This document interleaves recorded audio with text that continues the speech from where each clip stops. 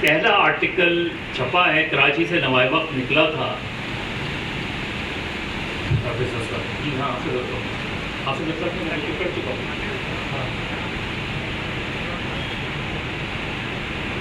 حافظ اسلم کا میں ذکر کر چکا ہوں, نام لیا.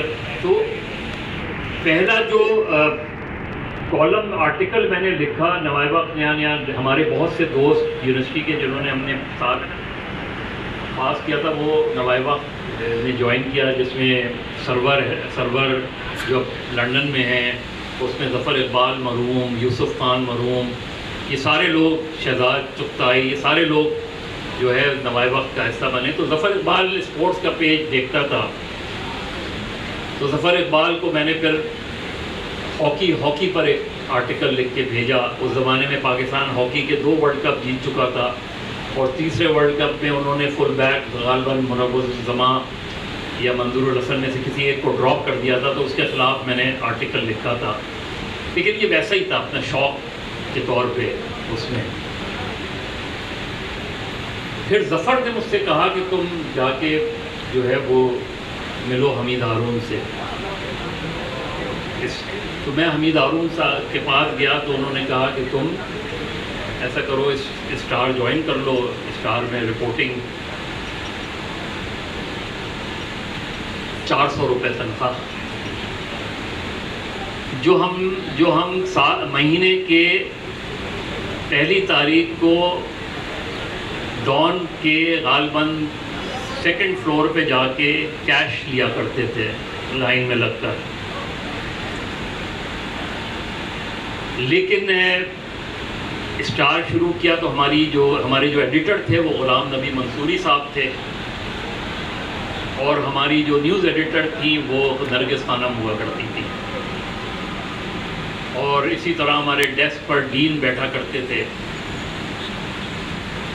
وہاں سے میں نے اپنی جرنلزم کا آغاز کیا, اور مجھے پہلا اسائنمنٹ جو میری نیوز ایڈیٹر نے دیا کہ انہوں نے پہلا پوچھا تم آتے کیسے ہو.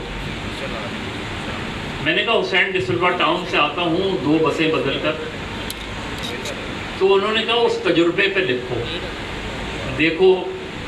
تو 8A کی بس یہاں سے وہ جایا کرتی تھی, اور اسی طرح حسین ڈی سلوا ٹاؤن پہ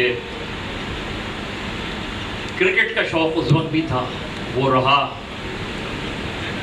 اور بعد میں کلب کی کرکٹ ٹیم بھی ہم نے بنائی, بڑی زوردار ٹیم تھی اس میں. لیکن جب میں نے اپنی پہلی سٹوری سبمٹ کی تو نرگس خانم نے یوں سٹوری پڑھی اور یوں ڈسٹ بن میں ڈال دی, اور کہا کہ اس سٹوری کو امپروو کرو اور کل دوبارہ لکھو. تو یہ سلسلہ 3 مرتبہ ہوا. پھر انہوں نے تیسری مرتبہ جب میں نے لکھی تو انہوں نے فرنٹ پیج پہ بائی لائن کے ساتھ, اب یہ بھی بہت انٹرسٹنگ ہے, جو لوگ ظاہر ہے جن کو ابھی بھی اخبار پڑھنے کا شوق ہے, لیکن کبھی نہ کبھی تو اخبار پڑھا ہی ہوگا. جو اخبار کی بائی لائن ہے وہ آپ کی پرائیڈ ہوتی ہے, لیکن ہمارے یہاں ٹرینڈ یہ بن گیا ہے کہ ہم بائی لائن خود لکھ کے دے دیتے ہیں, جبکہ پہلے اگر ہم بائی لائن لکھ کے دیتے تھے تو ایڈیٹر کاٹ دیتا تھا, اور یہ کہتا تھا کہ یہ فیصلہ آپ نہیں کریں گے کہ یہ سٹوری بائی لائن ہے یا نہیں ہے, یہ فیصلہ ایڈیٹر کرے گا کہ یہ سٹوری بائی لائن ڈیزرو کرتی ہے یا نہیں کرتی. تو ہم بڑے خوش کہ پھر نرگس خانم نے مجھے بلایا اور اپنے ڈراور سے 3 خبریں نکال کے رکھی. تو مجھے پہلی مرتبہ اندازہ ہوا کہ انہوں نے صرف میرے سامنے اسے ڈسٹ بن میں ڈالا تھا, اس کے بعد اٹھا کے انہوں نے ڈراور میں رکھا تھا. اور پھر انہوں نے کہا کہ now just go through all these stories اور سی فار یور سیلف کہ اسٹوری میں امپروومنٹ کیسے آتی ہے. تو وہ ابتدا تھی. اس کے بعد ہم ایک طریقے سے, لیکن جس طرح آج فوراً لوگ سیاسی رپورٹنگ شروع کر دیتے ہیں, اس طرح سیاسی رپورٹنگ آپ کو فوراً نہیں ملا کرتی. مجھے یاد ہے کافی عرصے بعد میں نے جو سب سے ہائی پروفائل اسٹوری کی تھی وہ تھا جان ساقی کیس. اور اس کیس کا ایکچولی نام بھی جام ساقی جو ہے وہ میری سٹوری سے بنا، اور پھر وہ کنٹینیوسلی اتنی زیادہ اسٹار میں ایک ریگولر خبروں کی طور پہ وہ جو کیس چلتا تھا، اور وہ بہت ہائی پروفائل کیس بنا. اس کیس کا ایک ہمارا مرکزی کردار پیچھے ابھی مجھے نظر آیا، شبیر شر بیٹھا ہوا ہے، اس نے کتاب بھی لکھی ہے. لیکن اس کیس کو انیشلی تو ہوتی تھی، اسٹوری لگ جاتی تھی. ایک دن اچانک پتہ چلا کہ جو وہاں کے جام ساقی اور دوسرے لوگ ہیں، انہوں نے ایک لمبی لسٹ دی ہے وٹنسز کی، جس میں محترمہ بے نظیر بھٹو کا بھی نام ہے.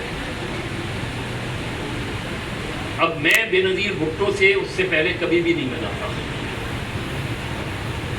ظاہر ہے as a reporter, as a student activist ہم نے نام بہت سنا تھا. ہم نے جرنلسٹ موومنٹ سے ہم انسپائرڈ تھے، 77 78 کی جرنلسٹ موومنٹ سے. اور مناج بردان، نثار عثمانی. ایک چیز جو میں نے اپنے کمٹمنٹ کے ساتھ ہمیشہ رکھی، اور وہ یہ کہ میں نے اپنے پروفیشن کو ہمیشہ پرائیورٹی دی، لیکن ٹریڈ یونین کبھی چھوڑی نہیں. یونین کے ساتھ جو میرا کمٹمنٹ رہا وہ اتنا ہی رہا جتنا میرا پروفیشن کے ساتھ کمٹمنٹ تھا.